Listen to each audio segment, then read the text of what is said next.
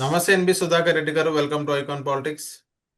నమస్తే అండి నిహాల్ గారు. ఎస్ సార్, ఇప్పుడు జగన్మోహన్ రెడ్డి గారు గతంలో ఎన్నికల ముందు కానీ ఆయన సీఎంగా ఉన్నప్పుడు కానీ ఒక 30 సంవత్సరాల వరకు నేనే అధికారంలో ఉండాలి, ఉంటాను, దేవుడి దయ వల్ల ఉండాలి అని ఆయన కోరుకున్నారు. కోరుకోవడంలో తప్పు లేదు.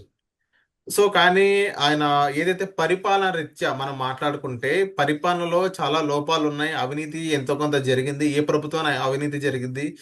కొంచెం ఇక్కడ బూతులు ఎక్కువ మాట్లాడారు. ఇంకా ప్రజల్లో యాక్సెప్టెన్సీ బాగా తగ్గిపోయి కేవలం 11 సీట్లకు మాత్రమే పరిమితమయ్యారు జగన్మోహన్ రెడ్డి గారు 30 ఇయర్స్ అని చెప్పి. కానీ నిన్న లోకేష్ గారు కూడా ఆయన టీడీపీ వాళ్ళందరూ 40 ఇయర్స్ అని చెప్తున్నారు. సో వాళ్ళే 30 ఇయర్స్ అని చెప్తేనే వాళ్ళకి 11 సీట్లు వచ్చినాయి. ఇప్పుడు వీళ్ళందరూ 40 ఇయర్స్ అని చెప్తున్నారు. సో వీళ్ళకి ఎన్ని సీట్లు వస్తాయో రావో దేరు అడుగు. కానీ 40 ఇయర్స్ అని చెప్పి ఓవర్ కాన్ఫిడెన్స్ అనేది ఎంతవరకు కరెక్ట్ అని అంటారు? ఇది సాధ్యం అవుతుందా? ఇప్పుడు మనం ఎక్కడైనా ఒక విషయం సాధ్యమా అసాధ్యమా అనేటప్పుడు దాని వెనక్కున్న అనేక అంశాలు కారణాలను విశ్లేషించాల్సి ఉంటుందండి.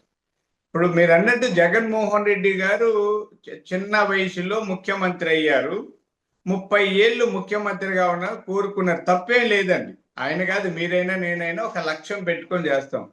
అయితే లక్ష్య సాధనకి అవసరమైన సాధన సంపత్తి, కార్యక్రమాలు, కార్యనిర్దేశం ఉండాలి. రాజకీయాల్లో ప్రణాళికాబద్ధంగా పనిచేయాలి. ప్రజల్లో మమేకం కావాలి. ప్రజల విశ్వాసం చూరగొనాలి.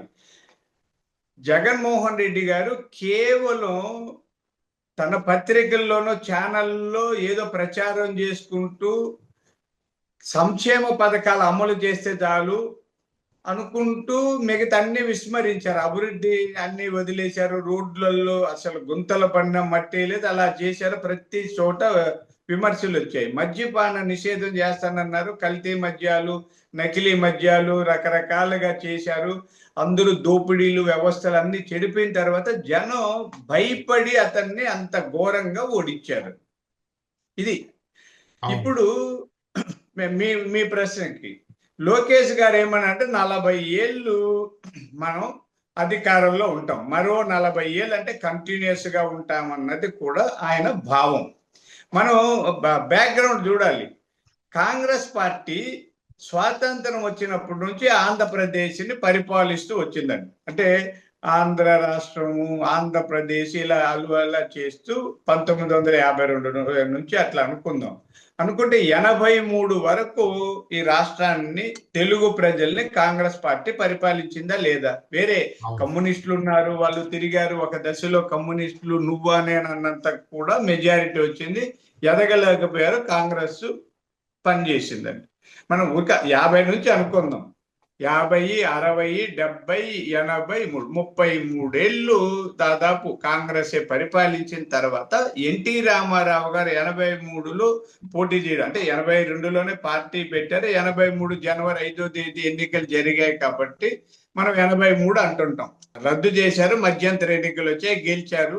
89లో ఓడిపోయారు, 94లో గెలిచారు, 99లో గెలిచారు. అంటే తెలుగుదేశం 2004, 2009లో మళ్ళీ కాంగ్రెస్ గెలిచింది. 2014లో తెలుగుదేశం వచ్చింది. 19లో జగన్మోహన్ రెడ్డి గారు వచ్చారు, మళ్ళీ ఇప్పుడు వచ్చారు. అంటే ఇప్పటికీ 23 ఏళ్ళు ఈ రాష్ట్రాన్ని తెలుగుదేశం పరిపాలించిందండి.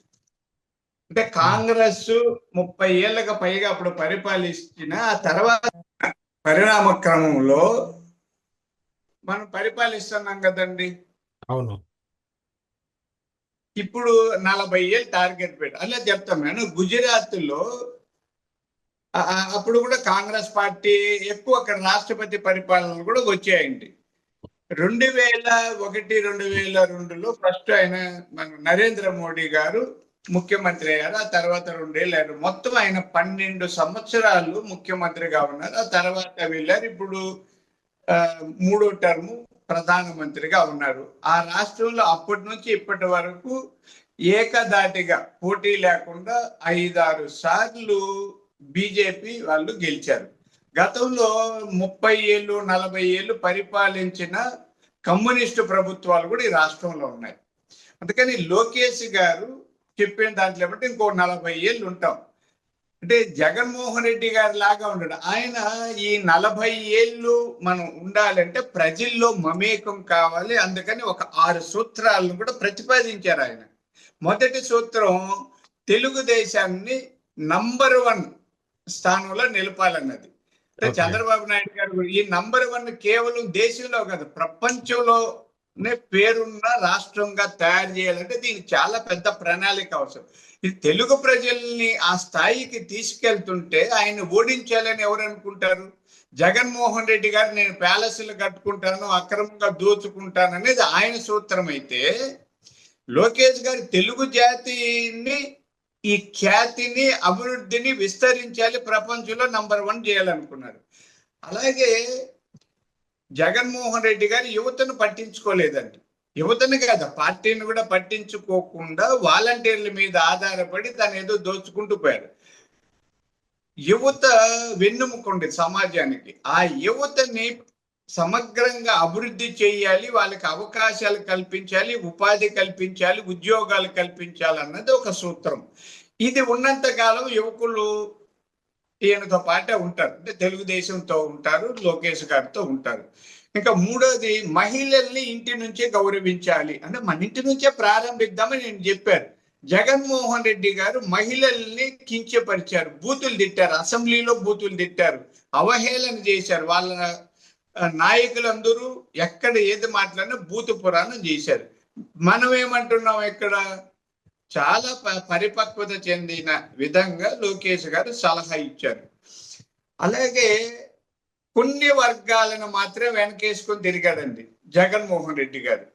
లోకేష్ గారు అన్ని వర్గాలకు అన్ని విధాల సహాయం చేయాలి, సహకరించాలి, అభివృద్ధి చేయాలి. అన్ని వర్గాలండి, ఇక్కడ కులం మతం వాడని లేదు. జగన్మోహన్ రెడ్డి గారు కొన్ని వర్గాలని పెట్టుకొని ఆ వర్గాలనే అక్కమ్ములు, చెల్లెమ్ములు, నా తమ్ముళ్ళు ఏదో చెప్పి మిగిలిన వర్గాలను విస్మరించారు. లోకేష్ గారు ఏమంటే అన్ని వర్గాలు, ఇప్పుడు జగన్మోహన్ రెడ్డి గారికి మద్దతు ఇస్తున్న సామాజిక వర్గాలు కూడా మనం సమానంగా చూడాలి, అందరికి ప్రోత్సాహం. అంటే అప్పుడు అర్థమేమి? ఒకవేళ ఆయనకు మెజారిటీ ఆ సామాజిక వర్గాలు ఆయన దగ్గర ఉన్న ఆ వర్గాల నుంచి కూడా ఈయనకు ఓట్లు వస్తాయి కదండి. అవును. ఇంకా రైతులు వెన్నెముకండి సమాజానికి. అన్నదాతకు అన్ని విధాల సహకరించాలి, ఆదుకున్నాం, రైతుల్ని అభివృద్ధి చేస్తా ఉన్నారు. జగన్మోహన్ రెడ్డి గారి కాలంలో రైతుల్ని అసలు పట్టించుకునే రైతులు ఉన్నారని కూడా తెలియదు. ఆయన పూర్వీకులు రైతులే అయినప్పటికీ రైతుల్ని పట్టించుకోలేదు. ఆరోది ఆర్థిక స్వావలంబన సాధించాలని. ఇక్కడ ఈ ఆర్థిక స్వావలంబన అంటే చెప్తే ఎన్టీ రామారావు గారు పార్టీ పెట్టినప్పుడు కూడు గూడు నీడ ఇవి అన్నారు. అంటే ఇప్పుడు ఆ స్థితిలో లేదు. అన్నం అదే మా చిన్నప్పుడు అండి, మీకు తెలుసు, మా చిన్నప్పుడు 3 పూట్ల అన్నం తినేవాళ్ళు లేరు, ఇల్లు లేవు, బట్టలు లేవు. ఓకే. అందుకని ఆ ఆ నేపథ్యంలో రామారావు గారు ఆ స్లోగన్ తీసుకొచ్చారు, సమాజమే దేవాలయం అన్నారు. ఇప్పుడు సమాజమే లేదా ప్రజలే దేవుళ్ళు అంటున్నాం.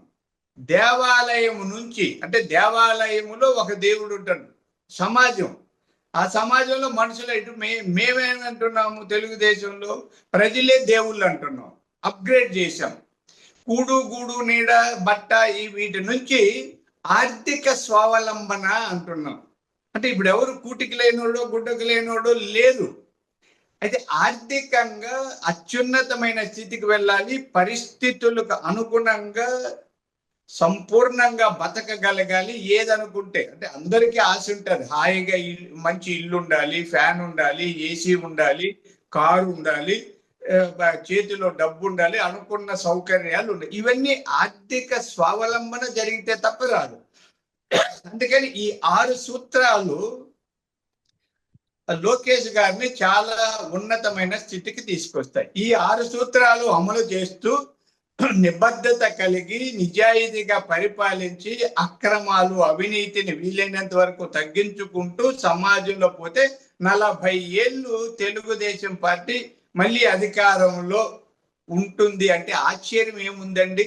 ఉరిక జగన్మోహన్ రెడ్డి గారు కొన్ని కులాలు పెట్టుకొని, కొన్ని వర్గాలు పెట్టుకొని 30 ఏళ్ళు అన్నారు. లోకేష్ గారు తన ప్రణాళికను పెట్టుకొని సిద్ధాంతాలు పెట్టి విధానాలను అమలు చేస్తూ 40 ఏళ్ళు కోరుకుంటున్నారు. కాబట్టి ఈ 40 ఏళ్ల లక్ష్యం నెరవేరుతాదని నేను అనుకుంటున్నాను. Okay. Okay. So thank you sir మైకాన్ పాలిటిక్స్ వచ్చినందుకు.